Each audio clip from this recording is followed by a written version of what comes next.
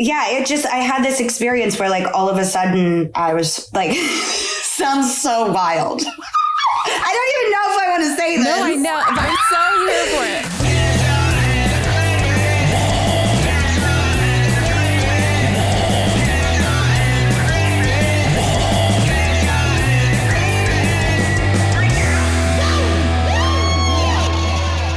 Here at Kesha and the Creepies, we are welcoming the fabulous, legendary, iconic Demi Lovato. Hi. Hi. Oh my God. Thank you for being here. And you look fucking fabulous. Your hair. Thanks.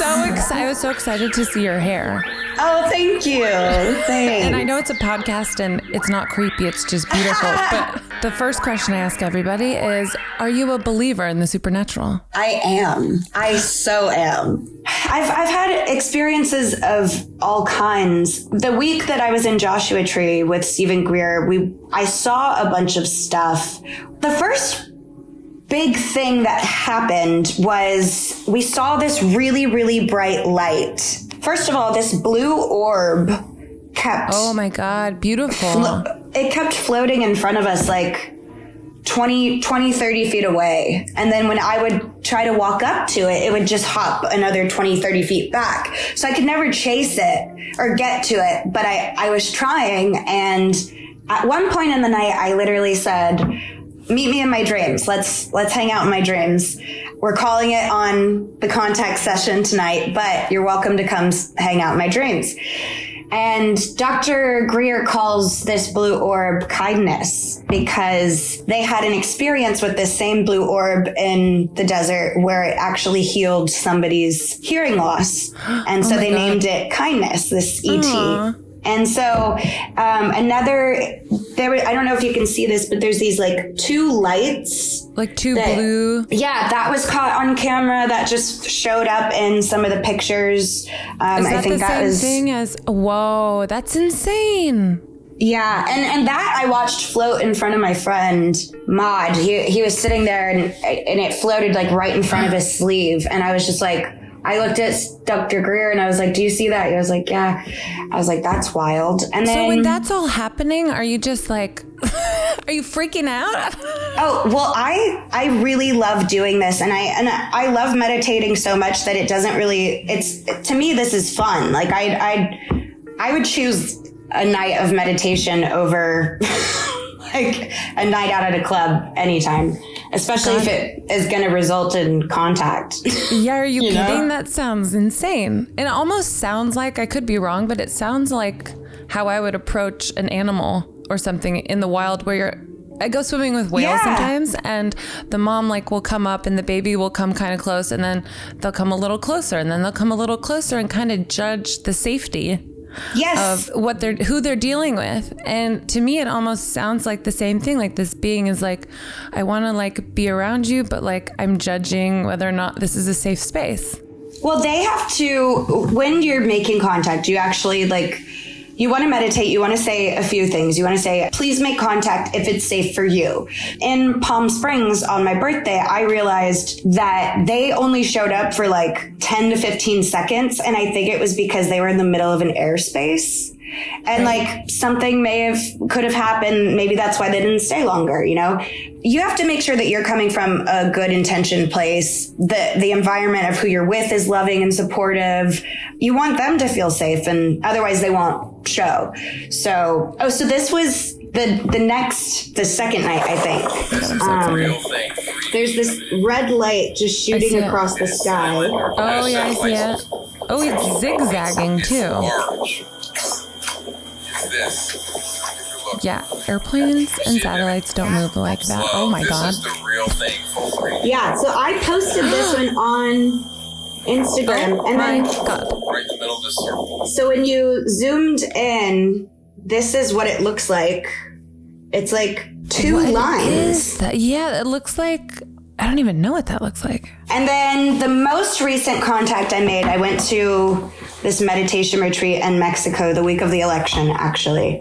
And the foundation of the city was built, I think it's a rose quartz. So the frequency of the city was just super amazing. And it was super easy to make contact. We had been meditating all week, and then it only took us 10 minutes before we looked up and we saw a ship at what looked like a Concorde plane. You know, those like black ones that look like triangles, looked like that, but it had 2 red lights. And then at one point the ship just separated into 2 different ships. Like, it can't explain it, but you're seeing it and you're just like, cool. So everyone else saw that. Yeah. Yep. All right. So and then you're just and then there's this surreal moment of like, so do we go inside? Like, wait, okay. Do we go to bed? Yeah. Wait, what happens now? And like, we also, I had that moment with my boyfriend. It was like, we saw that. So yeah, it's this weird, like, now what moment where you're like,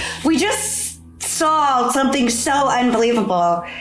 And sometimes you just kind of go, yeah, okay, that was dope. Let's go to sleep. And then you just go inside and go to sleep. But what I will say, the most wild thing that's happened to me is do you know what astral projection is? Okay, I've been reading about it and I'm trying to wrap my brain around what it is. I've heard of it. I don't know exactly what it is though. The best way that I can have been able to understand it and describe it is when your consciousness leaves your body, and you can travel to different places in the present, future, past, or you could travel to different planets. Like you can go travel, but you basically, it's when you have like an out of body experience. And the night that I asked that orb to come back and hang out with me in my dreams, I fully astral projected that night in my sleep. And I wouldn't, I had this experience where like all of a sudden I was like, sounds so wild. No, I know. I don't even know if I want to say this. I'm so here for it. Yeah, well, it just was like, I had this experience where I was like, come back, let's hang out in my dreams.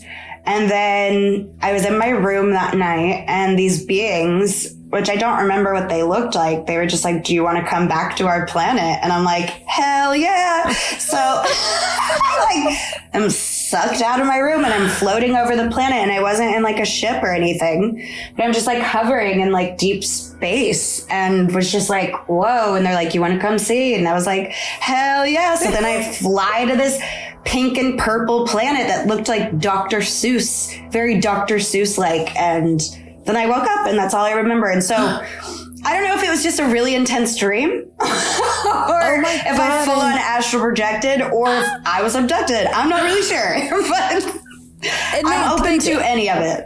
That's insane.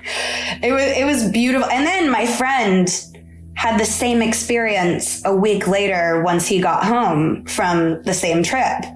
And it was wild because I was like, so were you in a ship? And he was like, no, that was the weird part. And I was like, I know. It's just like things lining up were just, it's really, really interesting. And yeah, I know there's going to be people that see this and they're like, she has lost her mind. No, well then sign me up too, because I think that the weirdest part is that when you talk about it, people think that that's insane, but there's so many people that have had this experience or something similar. Yeah. Yeah.